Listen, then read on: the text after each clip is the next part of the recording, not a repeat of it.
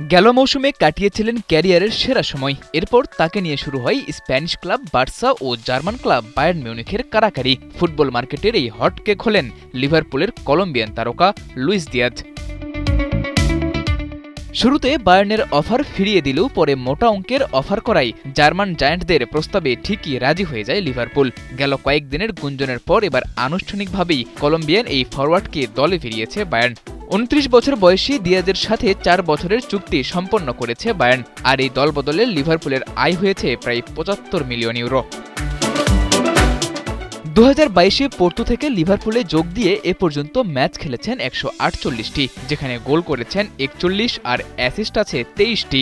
সবশেষ মৌসুমে তো দিয়াজ কাটিয়েছেন নিজের ক্যারিয়ারের স্বর্ণালী এক সময়। প্রিমিয়ার লিগে 36 ম্যাচে 13 গোল করে ক্লাবের হয়ে শিরোপা জয়ে রেখেছেন গুরুত্বপূর্ণ অবদান।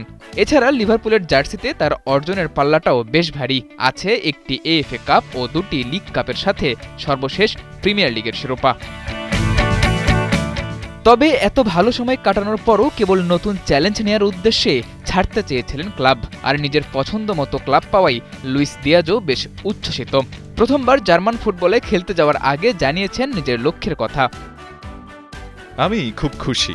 বায়ার্ন মিউনিখের অংশ হতে পারাটা আমার কাছে অনেক কিছু। এটা বিশ্বের সবচেয়ে বড় ক্লাবগুলোর একটি। নিজস্ব খেলার ধরন ও ব্যক্তিত্ব দিয়ে আমি আমার নতুন দলকে সাহায্য করব। আমার লক্ষ্য এখানে সম্ভাব্য সব শিরোপা জেতা। সেই লক্ষ্যে আমরা প্রতিদিন দল হিসেবে কাজ করে যাব। শনিবার লিউর বিপক্ষে বায়ার্নের ম্যাচের আগে দিয়াজের ম্যাচ খেলার সবুজ সংকেত পাওয়ার সম্ভাবনা খুবই কম। তবে আগামী সপ্তাহে টটেনহ্যামের বিপক্ষে ম্যাচে বায়ার্নের জার্সিতে তার অভিষেক হতে পারে। হ্যারি কেনের সাথে জুটি মিলে গেলে আগামী মৌসুমে বায়ার্ন পেতে পারে বড় সাফল্য।